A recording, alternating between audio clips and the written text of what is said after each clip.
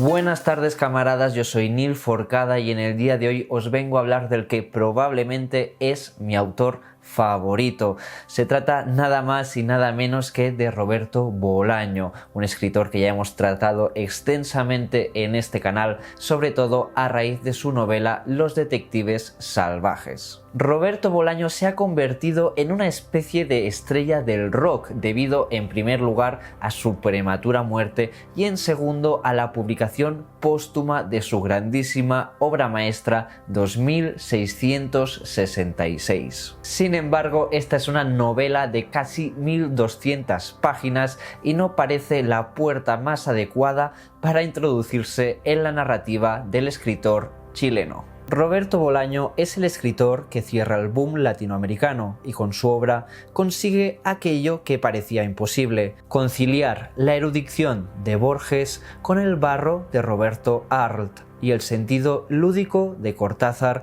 con la perplejidad de Carlos Onetti. En Bolaño conviven una síntesis de distintas técnicas narrativas que, sumergidas en un tapiz aparentemente anodino, conforman un puzzle en diferido, un espejo que pone en contacto al horror con la poesía y al delirio con la certeza. En definitiva, es en Roberto Bolaño donde desembocan los extremos, donde convergen y se dan la mano para inaugurar la novela del siglo XXI. En lo personal pienso que Los detectives salvajes es la mejor novela para empezar con Roberto Bolaño. Sin embargo, como se trata de una novela de casi 700 páginas, es muy posible que este volumen intimide a los curiosos. En cualquier caso, tenéis un vídeo entero en el canal dedicado a este pedazo de novela, Los detectives salvajes. Pasemos pues a los ejercicios de esgrima, tal y como los llamaba Roberto Bolaño. En primer lugar, hablemos de Estrella distante, la novela breve de Roberto Bolaño, la novela corta, perfecta de Roberto Bolaño. Estamos hablando de un libro que no alcanza ni siquiera las 150 páginas y que sin embargo sintetiza la gran mayoría de planteamientos del escritor chileno. Para empezar, en Estrella distante se presentan los temas fundamentales de Roberto Bolaño. Hablamos del mal, de la poesía y de la impunidad de la vida. Veamos ahora una breve reseña. Empecemos presentando dos nombres: Alberto Ruiz Tagle, fascinante y seductor poeta autodidacta, habitual de los talleres literarios del Chile de Salvador Allende, y en segundo lugar, Carlos Waider, piloto de las Fuerzas Aéreas chilenas que escribía versículos de la Biblia con el humo de una avioneta tras el golpe de estado de Pinochet. Ambos son una y otra cara de la misma moneda, uno y el mismo oscuro personaje. Un individuo, la encarnación pura del mal y la crueldad, que el narrador de esta historia, el alter ego de Bolaño y perenne detective salvaje Arturo Belano, se cuida de desmenuzar. El protagonista y el investigador Abel Romero irán tras las huellas de Carlos Waider, asesino de las desaparecidas hermanas Garmendia, para hacer justicia al margen de la ley. Esta búsqueda les conducirá a ambos lados del Atlántico, de Chile y México a Barcelona y Blanes, hundiéndose en el más profundo vórtice de la infamia. La estructura de Estrella distante es en realidad una síntesis o una puesta a prueba de la misma estructura narrativa que Roberto Bolaño va a emplear en su novela más conocida, Los detectives salvajes. Tenemos una narración dividida en dos partes y atravesada en la parte central por una colección de voces narrativas de episodios de otros personajes que lo que hacen es enriquecer y ampliar la historia de la novela principal. Vale la pena poner el acento en esta característica, pues es en este registro de voces, en esta inclusión de vidas humanas, donde detectamos de forma más fuerte la ética narrativa de Roberto Bolaño, su ternura por la pluralidad, por lo singular, por todos aquellos que quedan de lado y a la sombra de la historia. En última instancia, Roberto Bolaño es un gran heredero de Cervantes,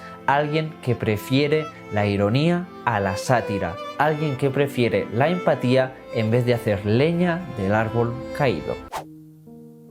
Bien, pasemos ahora a la segunda propuesta para empezar con Roberto Bolaño, y esta no es otra que La pista de hielo, una de sus primeras novelas publicadas. En este libro tenemos en realidad un proto-Bolaño, un autor que ya reúne todas sus características, pero que aún no ha llegado a explotar tal y como lo hará en sus novelas posteriores.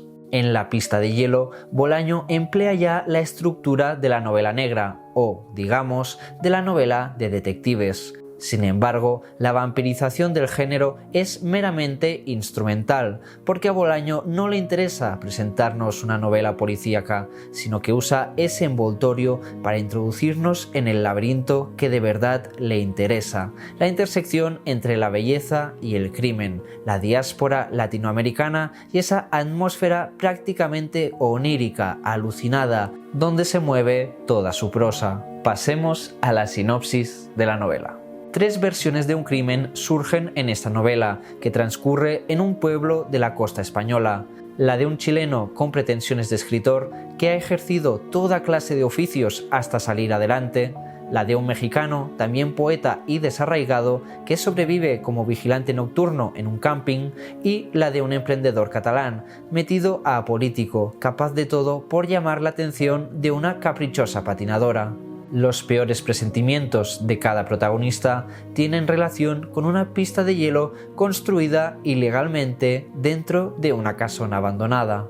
Bien, camaradas, ya desde el resumen se señala otra vez esta característica fundamental de Bolaño, la inclusión de las voces, en este caso en forma de testigos, de voces narrativas que nos narran diegéticamente aquello que han visto. Cabe destacar que la narración de Roberto Bolaño vive pegada al barro, y es por ello que las voces son tan fundamentales en su obra, pues es a través de ellas que el autor nos transmite la ternura, el sesgo y lo terrible de este mundo. Esta característica narrativa lo que hace, además, es subvertir la autoridad del autor, del mismo Roberto Bolaño, transformando la narración en una telaraña enorme de voces cruzadas, una telaraña sin centro, donde la verdad es siempre parcial y, en consecuencia, injusta. Y en último caso,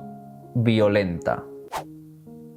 Bien, camaradas, para terminar os propongo una tercera puerta para empezar con Roberto Bolaño, pero esta no es una de sus novelas, sino su primer libro de cuentos, titulado Llamadas telefónicas. Este volumen recoge algunos de los cuentos más famosos e importantes del autor, como el mismo Sensini, un cuento que más que un cuento es casi una performance. Pero además, el libro de Llamadas telefónicas incluye el cuento capital y fundamental de Roberto Bolaño, y este no es su mejor cuento, pero es el más importante para comprender al autor.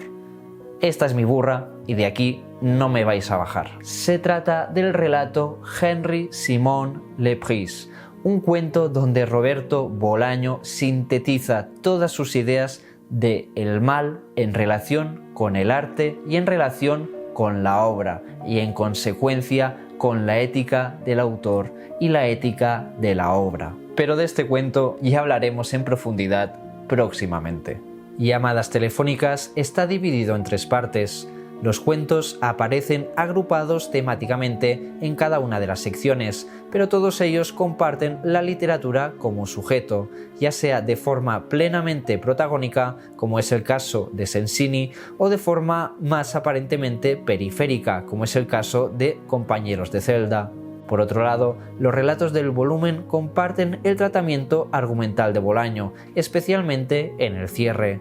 Este es un rasgo que pasa más desapercibido en las novelas, pero que toma mayor claridad en los cuentos. Da la sensación que Bolaño deja las narraciones a medias, que el final es un falso final, pero es que en realidad los cuentos de Bolaño no terminan nunca como tal. El autor, como ya hemos dicho, se centra en la voz. La toma, la enfoca, toma su timbre, su visión y después simplemente la suelta. Ese es, camaradas, el misterio de su literatura, que no hay final, que no hay conclusión, no hay cierre, tan solo el paseo por un jardín aparentemente infinito, por un jardín lleno de rostros, de voces, de caminos, de muchos caminos que en definitiva llevan siempre al mismo lugar, el vacío. Bien, para acceder a Bolaño tenéis muchas otras puertas, algunas como sus famosas novelas Amuleto o Nocturno de Chile, o incluso la póstuma El Tercer Reich. Sin embargo, próximamente hablaremos de la literatura nazi en América, una de las primeras novelas publicadas por Bolaño, un artefacto literario de lo más curioso y fundamental para articular el resto de la obra del chileno. Si te ha gustado este vídeo, ayúdanos a crecer. Comparte el vídeo, déjanos un comentario o suscríbete al canal.